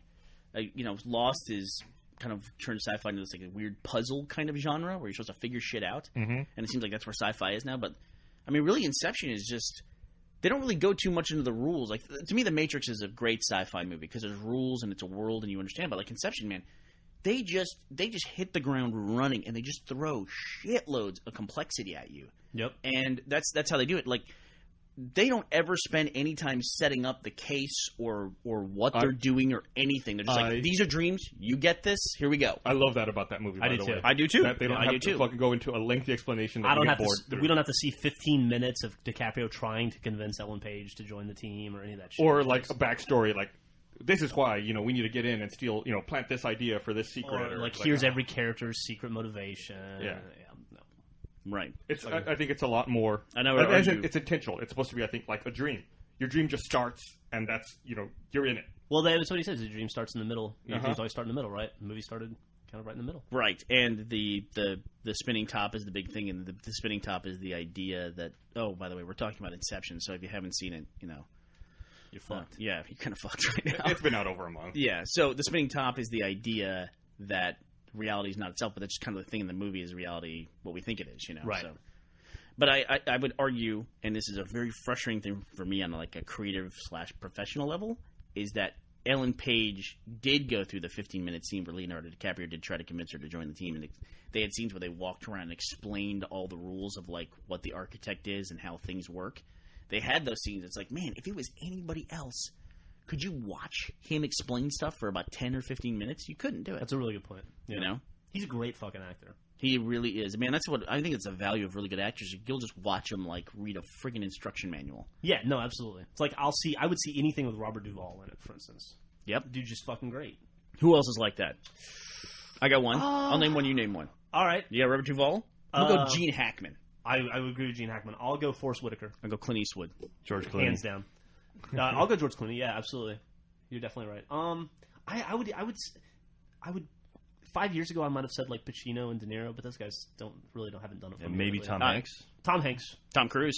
Tom Cruise. I for mean, sure. you can make Yeah. fun of the guy all day. hate him for who he is all day long, but he makes great films. Sit my ass in a chair. Same with Brad Pitt. It's like, bip, it's the guy who it is. Yeah. Yep. Maybe Tom Cruise more so than Brad Pitt, I would say. even. Absolutely. Yeah. Yeah. Paul Newman. Definitely Paul Newman. Go watch Paul Newman in anything. Yeah. It's really Robert good. Redford. You know, this Julia Roberts movie, Eat, Love, Yeah, Pray, I or was gonna whatever. say, these are all guys that you're naming. Yeah. Well, I thought that's what the idea was. No, I mean, why not any Okay. actresses? I'll say Susan Sarandon. Helen Mirren. Helen Mirren for sure. That's a good one. What's her face from? I have trouble remembering her name, but the lady from the pregnant girl from Steven Zissou, Life Aquatic. Pregnant girl. Gwyneth Paltrow? Not Gwyneth Paltrow. She was the reporter, and she was pregnant. And I must not remember that movie very well. She the redhead chick? She's also in. Who's the redhead girl? Hold on a Can't- second, I have to look it up. Julia, what's her name? Not the one who's in Children of Men. Oh, Julianne yeah, Moore. yeah, yeah. Julianne Moore. Sorry, escaping me. What about like Meryl Streep? Meryl Streep for sure. She's on a different level. Yeah, she's on a different level, isn't she? She really is. You know, I'm almost embarrassed It's to admit it, but because we're talking about it, I watched It's Complicated over the weekend just because it was Meryl Streep and Alec Baldwin. Really? Yeah. I could totally... Alec Baldwin's like that for me, but I don't think he's like that for everyone. He's like that for me. I like him. You know who- you but know in who's kind on- of a funny, like I Right. don't know. It's a different level. You know who was on Daily Show last Kate night? Blanchett That is who I was talking Oh, about. Kate Blanchett. That's super charming. Kate Blanchett. Emma Thompson. Yeah, She's really, really good. Man, I've forgotten about her. I can't remember the last movie I've she's seen her she's in that new Nanny McPhee movie. Yeah, she wrote that movie. Here's another guy who used to be like that. He's like Pacino and De Niro, who used to be like that and is not like that anymore. Is Anthony Hopkins. I'll go another one in that realm. Harvey Keitel. Oh no, I can watch Harvey Keitel. Really? Nah, You know, he sort of tainted his own. I got a great one. It tainted his own reputation. Is Jack Nicholson? Sure. He used to be awesome, and then he started doing all the comedy movies. He was so fucking good in that. Or not Nicholson. Who am I thinking of? De Niro. That's who I was thinking of. Yeah. Yeah. Who you got, Bernie? So you got someone awesome? Denzel Washington. Duff. I will see any Denzel Washington movie. Yeah. Yeah, it's Doesn't great. matter. Like he does a lot of sci-fi too. We talked Yeah. about that. We were talking about Book of Eli. It's really cool the amount of sci-fi that he does. And it's always like his sci-fi's cool because it's always like believable sci-fi. You know, it's Yeah. always set in the near future, and it's always based around some technology that you could believe exists, like some sort of realistic time travel. Like Demolition Man. No, Russell Crowe used to be like that too. dude, Russell Crowe's in one of the worst movies ever made. What's he in? Virtuosity. Yeah, is not Denzel Washington in that? Yeah, Yeah, they're both in that. It's that's a why I terrible- thought of it. That's what Yeah. I was thinking. The worst Denzel Washington movie. It's got Russell Terrible Crowe in it. film. Yeah, but- Just terrible. Russell Crowe was. I can't watch Russell Crowe. Like, I don't think I can watch any movie he's in. Did you ever see Master and Commander? Why is that? I don't know. It's just something about him. The look on his face. I don't know what it is. It just pulls me out of it. Like I want to hate him when I see his face. For Really? some reason. Yeah, that doesn't happen to me. Like but- You better hope he didn't hear that. I hear he's got some rage problems. I don't know. I can't remember a movie I liked him in. you know, like else? Gladiator? I'll see in No, I anything. did not like. I hated Gladiator. Willem Dafoe. Oh yeah, Yeah, I like Willem Dafoe a lot. you should tackle your microphone. I hit it with my big nose. You know, we were talking about this, Jack and I, after the movie last night, and that girl who's in Scott Pilgrim. I don't know her name, but I've seen her in enough stuff now. Oh, Mary Elizabeth Winstead? Is that her name? Yeah, that's I it. don't know. She was in Sky High. Which Yeah, is she an was- underrated kids movie. That's a great film, Yeah. Sky High. And she was in Up in the Air. I didn't You're see thinking that. of was? that's Anna Kendrick. Oh, who am I thinking of? That's Anna Kendrick. That's the sister. That's who I'm talking about. Yeah. Oh, okay. Yeah. I thought you were talking Yeah, about the she's lead. great. She was awesome in Up in the Air. No, she's Up in the Air, and she's from the Twilight movies too. But I've seen her in enough stuff now that I buy her in whatever she's in. Mm-hmm. That's a big deal. A lot of times I don't buy people. Like I don't have full buy-in on Michael Cera yet. Mm-hmm. You know, it's just Well, he's played the exact same character in a very every similar movie. character. I thought he looked really different in this. Seems to be working for him, though. Yeah. Yeah. right? Yep. Although I did watch, I'm ashamed to say I did watch Year One. I saw it did too. you? I watched saw it Year too. One. It's terrible. Yeah, I was not a fan. You should not be ashamed to watch an Ivan Reitman movie. I mean, that's a good gamble to watch an Ivan Yeah. Reitman movie. What was the last good Ivan Reitman movie you can remember? I'm just curious. I'm not. I just go to the big ones like Ghostbusters and Yeah. Stripes. He did Evolution, Yeah. right? Yeah, Ivan I'm not Reitman. saying that was good. I'm saying he did that. Right? Ivan Reitman is the guy who played Egon in Ghostbusters, and he wrote Stripes. And That's Harold Ramis. Oh, I was thinking Harold Ramis. Actually, I don't know why I said Ivan Reitman. I was thinking Harold Ramis. Yeah, Harold Ramis directed Year One. I Yeah. think, right? Yeah. I'm sorry. I got my names confused. I was actually talking about Harold Ramis. Okay. Yeah. And I said Ivan Reitman. Ivan Reitman's making a Baywatch movie. Good lord. Yeah, so Harold Ramis is the guy who directed Year One, and he also is the guy who wrote Ghostbusters and wrote Stripes. Huh. And Did you know Harold Ramis also wrote Groundhog Day? Yes. I did not know that. Yeah. But Ivan Reitman directed Ghostbusters, right? Yes. He's a safe bet. Yeah. Like, I'll see that, and I'll see... I won't turn my nose up at a Rob Reiner movie. You know what I mean? I'll give a Rob Reiner movie a fair shot. Absolutely. It might not be for me, but Rob Reiner's a likable guy. he's very likable. If you see him on screen, you like him. Yeah. You know? Yeah. Harold Ramis has directed 4 episodes of The Office. Yeah. Ivan Reitman has got a great fucking track record, though. Yeah. He goes from Meatballs to Stripes to Ghostbusters, Twins, well, Ghostbusters 2, Kindergarten Cop, 6 Days, 7 Nights. I was getting confused because we were talking about Up in the Air was directed by Ivan Reitman's kid, He right? made Ivan Reitman made My Super Ex-Girlfriend, that movie we walked out of the theater on. That movie was pretty friggin' bad. And it had a funny concept. That movie was actually referenced in Scott Pilgrim. That doesn't surprise me. It seems kind of similar. Was it? Yeah. Somebody said, is that that Uma Thurman movie? One of the guys, when he wakes up, he asks that question. It's like a joke.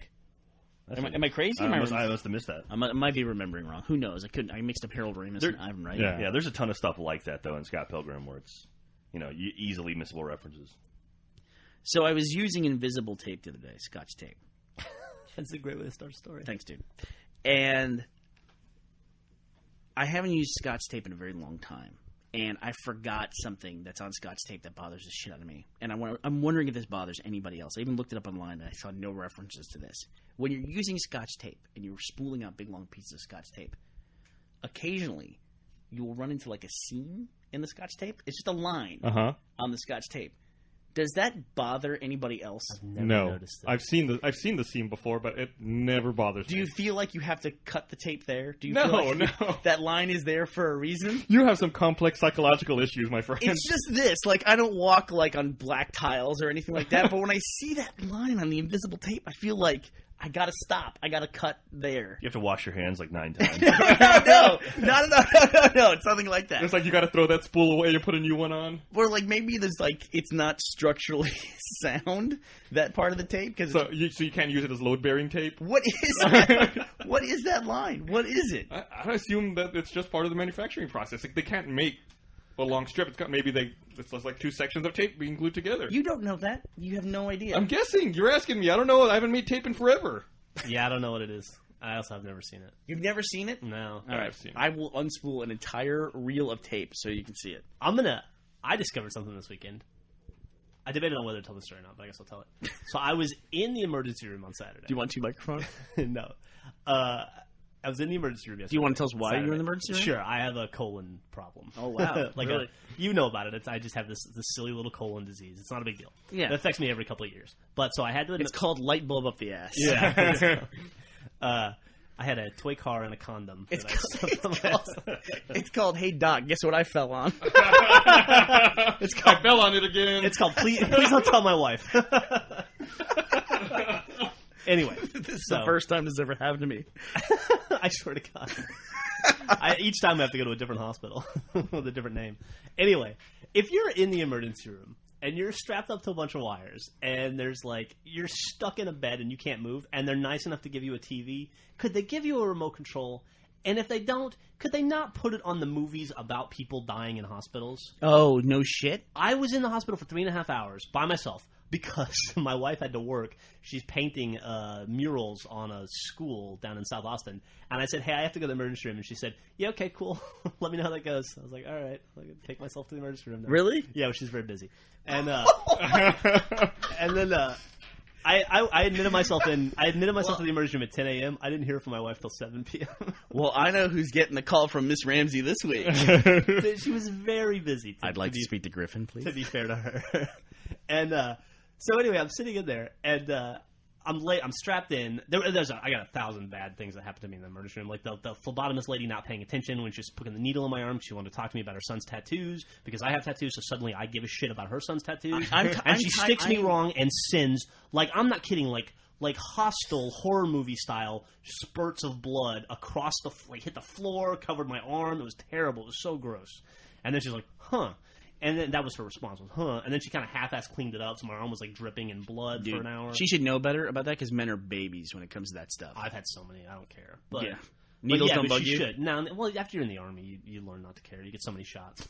But, so anyway, and then they decide I need fluid because I'm dehydrated. So they put the fluid thing on the stand, and then for some reason the fluid's on the right, and they stuck me in the left arm, so they drape it across my neck.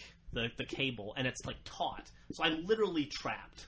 I'm like laying, I can't get up, I can't move, I can't bend my arm because she put the needle in wrong. Even though she says I should be able to bend my arm, if I move it like an inch, I can feel needles digging into stuff that they shouldn't be digging into. So I'm like, alright, so the arm's going to stay straight. I got this story. Thing across my chest.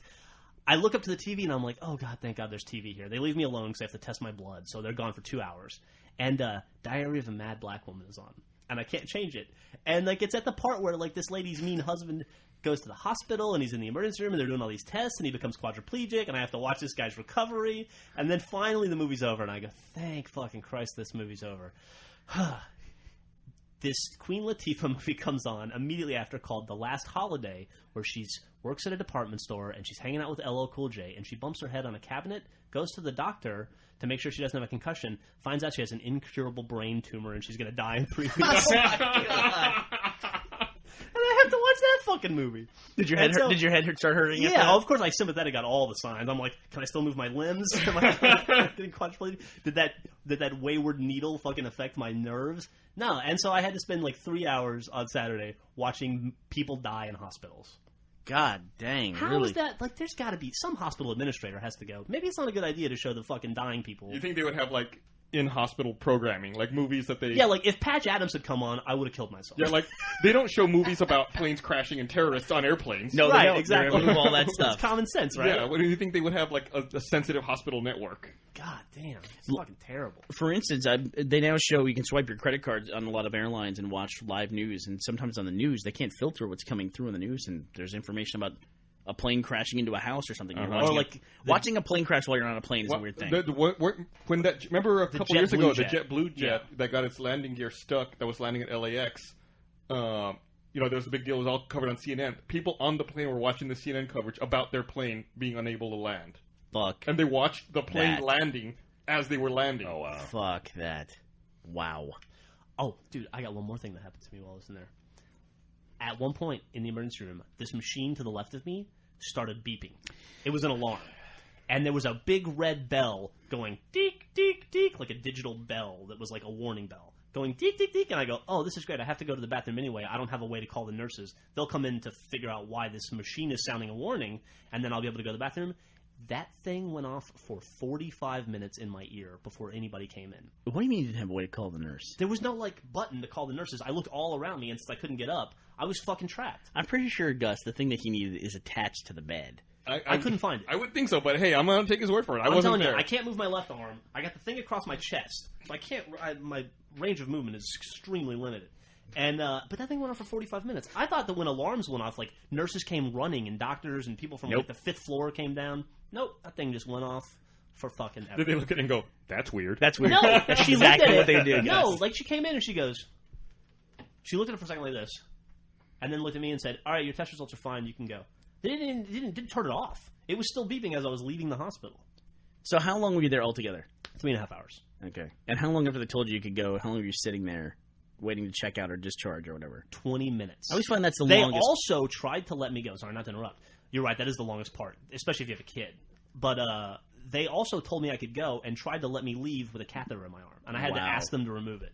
And then the lady goes, oh, yeah, I guess I should take that out. She takes it out. Then she goes, she looks, and the fucking blue rubber strip they tie around your arm when they first put the needle in you was still on my arm, on my bicep. I just hadn't noticed it because I was all, like, clamped up. And she was like, that's not supposed to be on there. Has that been on there the whole time? And I'm like, I guess. And she's like, oh, we're lucky your arm didn't fall off. Wow. Thank you.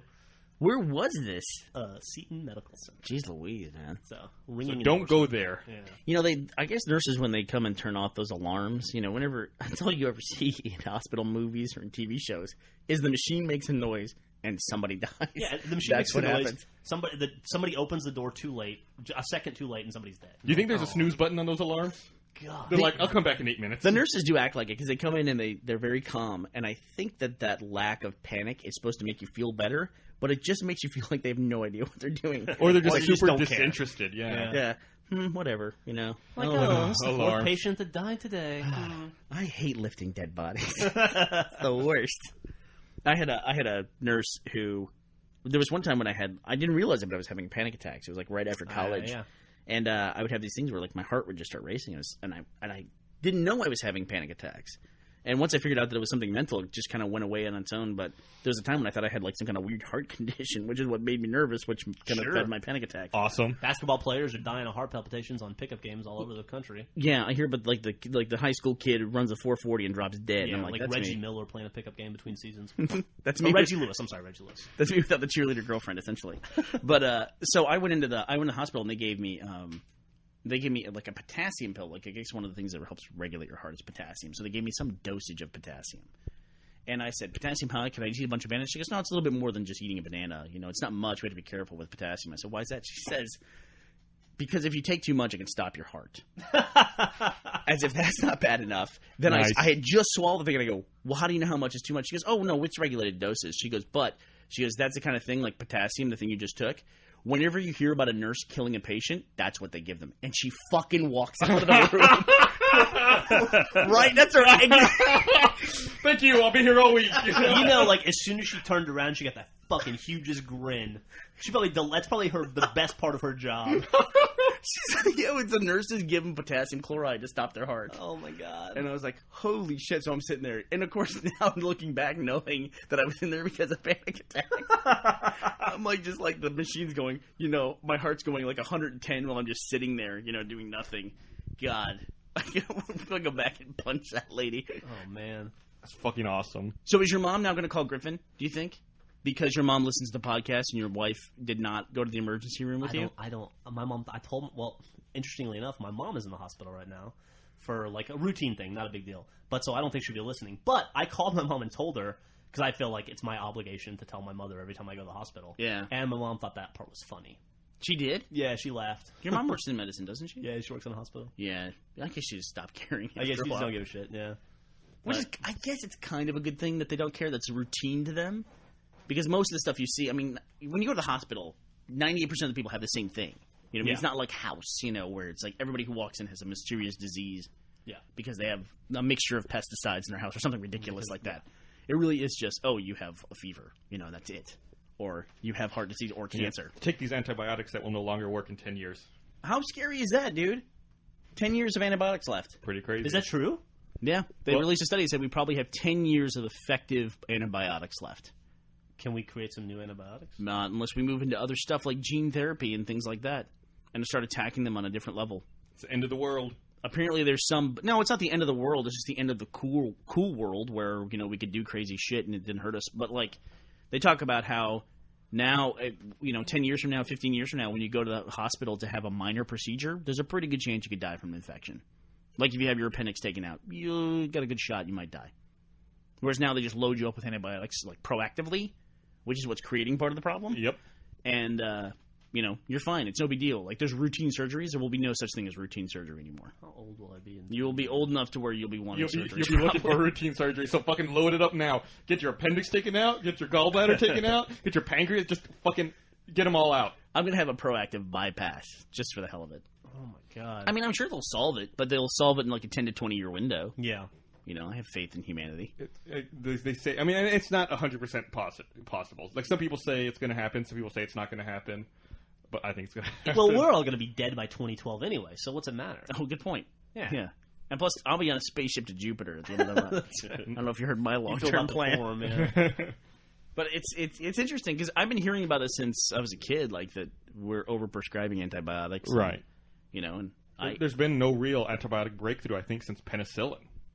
I would argue there hasn't been any real pharmaceutical break-ins or breakthroughs in that amount of time. Like somebody pointed out to me with the pharmaceutical industrial complex. What was the last time we cured anything? Like this is a cure. Like we cured polio. This is the cure for polio. Yeah, you know me, man. You make more money on treatment, right, than you do on fucking curing it. Right. It's worth a lot more to be able to treat something for a long period of time than it is to cure it. Right. Cure it goes away. Maybe conspiracy theory. I mean, what if we're headed to that for antibiotics, where you have to like take something on a daily basis to stave off infection? Ugh. Well, like an antibiotic or like a vitamin, yeah. But like something you take every day. Yeah, I don't know. Very, very, very possible. Sons of bitches. They got us. They've got us good. The genetic thing is weird though. Like they were talking. There was a couple of weird things. I read that Canadians all like they did a survey or some kind of sample study where just look at BPA Canadians. You know that like that chemical that's in plastic that they're worried about with kids? Yeah. That 96% of Canadians tested positive for it. Yeah, they're toxic, right? Yeah. Or the radioactive or some shit? No, not radioactive. That's different. Now, the other thing, too, you want to talk about a great setup for an apocalypse movie?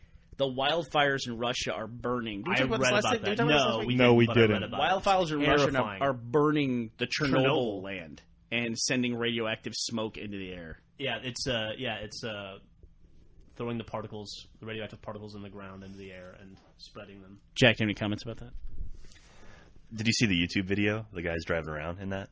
That was Chernobyl? pretty fucking scary. Yeah, I don't think it wasn't Chernobyl, but it was a video of like three guys and some sort of SUV driving through fire trying to get out of it, and it looked like something out of an action movie. That sounds fucking crazy. It was pretty crazy. It was probably the most tense I've been watching a video on the internet. It reminds me of that video of the dudes the reporters in Georgia when Russia invaded, who were getting shot at by the military.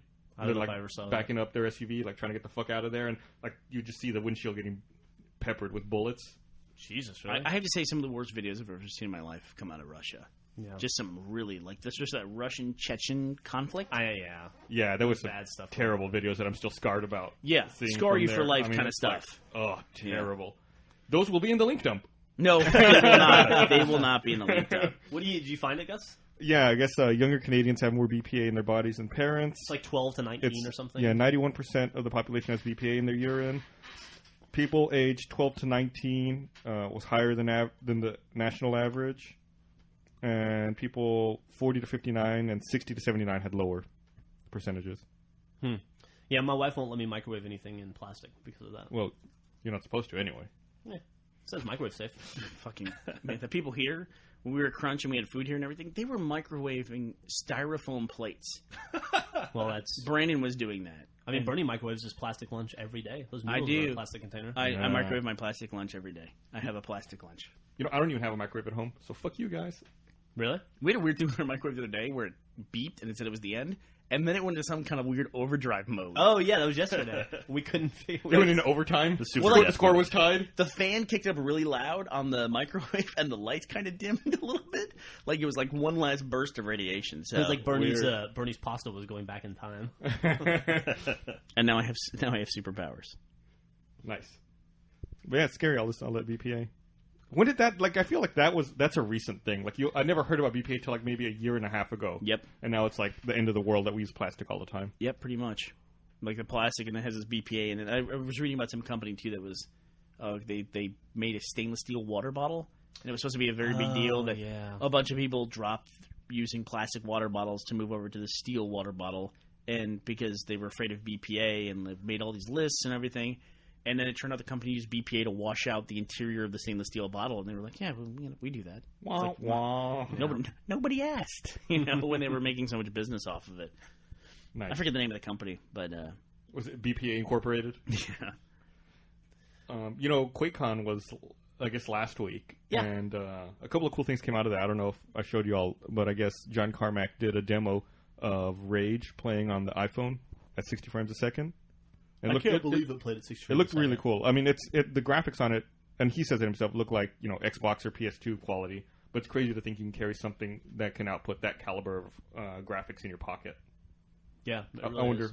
Yeah, I wonder how it'll affect battery life. Have you seen Marcus? Marcus. I don't know what that is. Look up Marcus PSP. Marcus with a U. Marcus. It's Tracy Jordan's character from 30 Rock, his son, the kid from Role Model. Oh, yeah. Oh, I've seen those commercials. His PSP commercials. Yeah, he it's like He's the Sony's Kevin going- Butler of PSP stuff. Who's Kevin Butler? Kevin Butler's the guy in the white dude and the tie and like the button-up shirt for Sony PS3. Does all the PS3. Yeah, there's a lot Yeah. of TV commercials. Yeah. You know him if you saw him. Yeah. Okay. It's the PSP version of that. I like that he made a reference to explain a reference. But apparently Sony's chasing down the iPhone. They're tired of like iPhone games, and they have this guy showing off his Lame Castle is the game he downloaded for iPhone, and then Marcus is showing him the actual games you can play mobile with PSP. Yeah, I mean, don't get me wrong. A dedicated game machine, of course, is going to have better games and better graphics, but you look at the utility and everything else that it can do. Like there, in this commercial, Marcus is talking shit to him, and then has to pull out his phone separately to call him and talk shit to him directly. That's a good point. That's a really good point. Come on, he's using two devices to do what the other dude's doing with one. That's interesting. Why did they put that in the Right, commercial? it's fucking retarded. If I'm the one in charge of this ad campaign, I'm like, why the fuck is he pulling out a phone? That's the last thing you want to do. You should Skype him over the PSP or whatever shit they can do there. You know? That's a good point. That's a really good point. You're Why brilliant. add that in? I mean, it's almost like a Freudian thing in a way. It's like they pointed out the one thing that's wrong with their device I know. in the commercial. Oh, man. Terrible. So what else came out of QuakeCon, Gus? No, and then the reason I was bringing it up is I wanted to say this quote. I guess John Carmack was talking, reminiscing about Doom 3, and he had a quote that said, he said, "The game would have been more enjoyable if people could actually see it." Oh, wow. Probably a comment that people on his forums were banned from making, and when the game came out. Yeah. And it's And, funny like, how- it's funny how in retrospect you can see that the criticism may have been valid. we went through a dark period of games though. Like that came out when games were darker. Halo 2 is a really dark game too. Yeah, it is. Yeah. You know, but Doom 3 nothing compares. I mean, Doom you 3 can't was- see. Doom 3, you cannot hold a fucking flashlight and a gun at the same time. It's pretty crazy. You have to choose between them. There was a mod that came out for Doom 3 called Duct Tape that allowed you to use your flashlight and gun at the same time. And then, like, if you looked at their webpage, it was like, this mod presupposes that there is a roll of duct tape somewhere on the Mars research facility, and that you have used it to attach your flashlight to your gun. that you have two hands. So no one cares that football is coming back. We shouldn't even talk about that on the podcast. You know, Well, sports are so popular. Can I just? I want to mention should one qualify thing with so you can- American football, Yeah. United States of America. I want to mention one thing. Gridiron. Last night on Monday Night Football, the Giants played the Jets, and Eli Manning got destroyed. He got bumped into by his own running back and then blindsided, and his helmet cut his own forehead. Holy So- shit, I haven't seen that. Yeah, it's pretty fucking nuts. His So, helmet flew off, and while it was flying off, it cut his forehead open. Yeah, he got 13 stitches to Jesus. close the cut. That's a lot. That's a lot of stitches. Yay, preseason. I had Anyway. nine stitches in my forehead. That thing bled like a mother. It's crazy. I got that when I was like 6 years old, and I've got the scar to this day. Yeah, same here. You got it like right around here. I got mine right here. Yeah. Yeah. It's faded quite a bit. You've got a lot of blood in your head. You'd be Yep, surprised. you do. There's Yeah. one thing Bud Dwyer taught me. There's a lot of blood in Oh, my head. come on. Why are we talking about Dude. videos like that? You know, I good thought we lord. moved on. Good lord. There's some stat, like, I forget what it is, but I think that it's 50% of the blood in your body is in your head at any given point in time. I believe it. I don't know. The other 50% in your penis. Thank you, Gus. All right. Just outlining where it is. I think it's the same blood. One can't function when the other is. They're just alternating.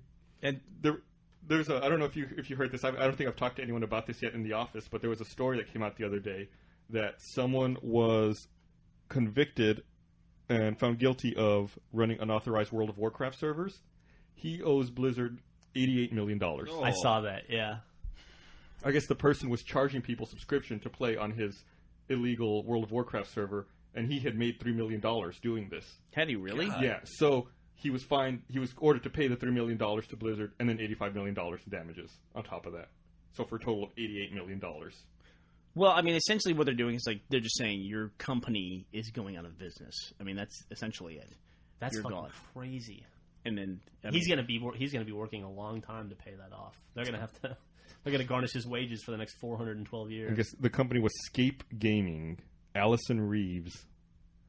You know, I just read an article about a dude, a little kid in England. I don't know if anybody saw this, who was like 14, made his own business where he went to all these developers app developers and got them to. He created an app bundle that you could buy for the iPhone. It's called Brancher is the name of his company? Brancher's the new one. I don't remember what the old one was. But, yeah, and he went and he negotiated deals, a 14-year-old, with all these different app developers. They said, like, if you give us, like, 50% off the retail price on your app, we'll bundle it in, and then you'll get, increased sales through this. And he made $1 million, 14-year-old kid.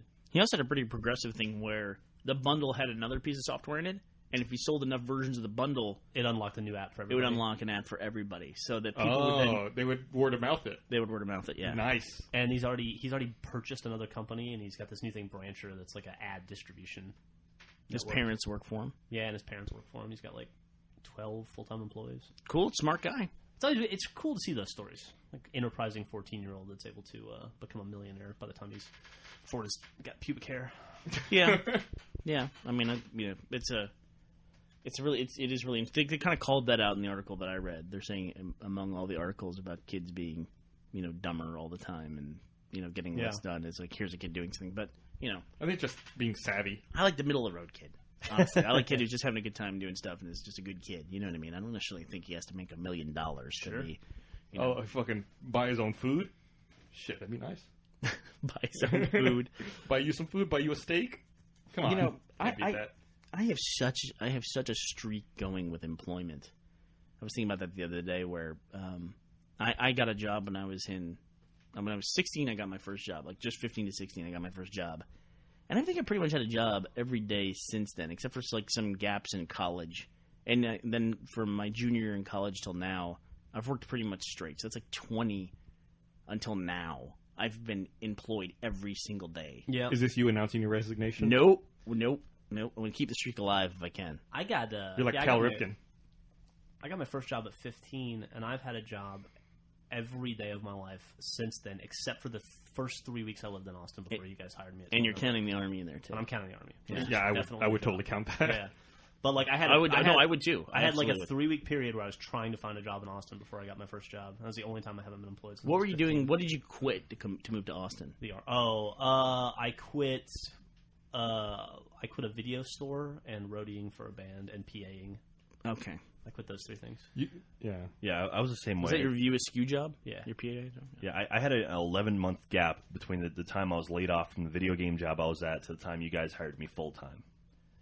And other than that, it's been working nonstop pretty much since I was 16 and a half. You had jobs in that 11-month gap, though. Yeah, I mean, like, sort of odd jobs and stuff, but it was nothing serious, nothing major. I went from literally my last day at the company was January 1st till December 1st was my sign-on date here. So I went exactly 11 months between full-time employment. So what you're saying is if we'd held off for another couple months, we could have got you for cheaper? That or I would have been, incredibly trapped in Los Angeles. Hey, we should probably go get some lunch. Yes, we should. I don't know. Those of us that can eat lunch should do that. Yes. Oh, shit, you can't eat lunch, can you? No. Have fun with your colon. Thanks.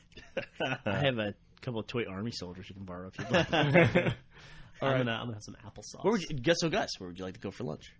I don't know. I feel like the world's my oyster. Because now, Jeff, we can eat anywhere because Jeff's not coming with us. Jeff's not like how it used to be. Fuck that, dude. Jeff has gotten a lot better. That's Jack now. I'll eat anywhere. Jack will go with you anywhere. He'll just order. Yeah, I'll figure out something to order wherever you go. Carrie won't eat anything. Oh, really? I went with Carrie to Frank yesterday, and it was like having 2 Jacks at lunch. Carrie was like, I just want 2 plain hot dogs. I'm surprised you ate 2 plain hot dogs. Like usually I'll have 2 plain hot dog buns. It's like the Blues Brothers with the white toast and the glass of water. What does he have? The 3 pieces of dry white toast. That's what he has. Every time we go with Carrie somewhere, it's like that. You have gotten better. Thank you. Although your wife was marching around here yesterday with a jar of pickled quail eggs. Oh, by the way, she broke those out at D&D last night and got everybody to eat them, except for me, who luckily I can't eat food, so I didn't have to. And they all agreed that they were just as disgusting as they looked, and everyone regretted eating them. So everybody that dodged the quail egg bullet yesterday, it was a good choice. What the fuck? Why would you eat? I think she posted a picture of them. I'll put that in the link. And then she was like, "Oh yeah, I got them from a gas station." Yeah, that was like her selling point. I'm sure they're really good. I got them at a gas station. I was like, pickled quail eggs.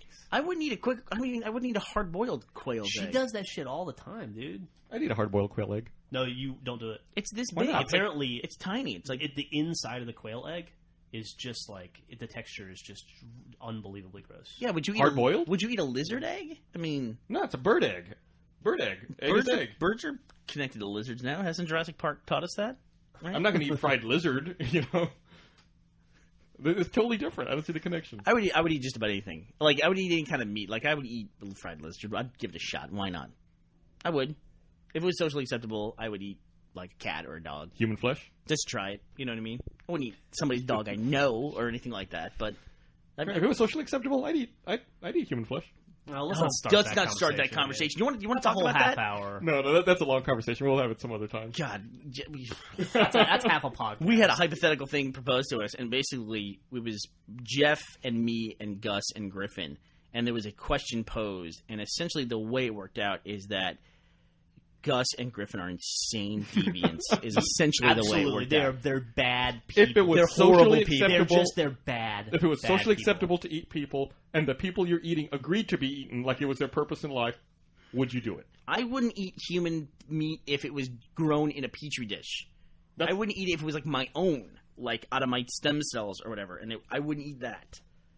You're insane if you say that. Yes, to try that. it. No, you really don't. You really don't. That really is mentally crazy That's in how the fucking brain. dude. That's how mad cow disease started.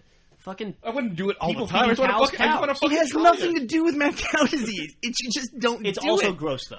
You just don't. It really do does. It really does. It's like an indicator of whether you're a good human being or a bad human being. And you and my poor wife are bad people. Like at the core, they're instead of good, like just like wherever that point is inside of you, that intangible point, there is no good. I There's don't- an absence of good. It's not like I'm fucking daydreaming, sitting here hungry. Going, I wish Not I could eat today, someone but right what now. happens 2 weeks after you eat human flesh? You're gonna turn into a fucking cannibal. I just want to try it once. I can't trust you. No, just one time. No, God forbid. You don't need all those fingers. You don't need to. No, you don't need to do that. And see, there's rules in society that just are like, to me, common sense. It's like we have the rules because we had to tell people don't kill people. We had to tell people don't like steal shit from their neighbors.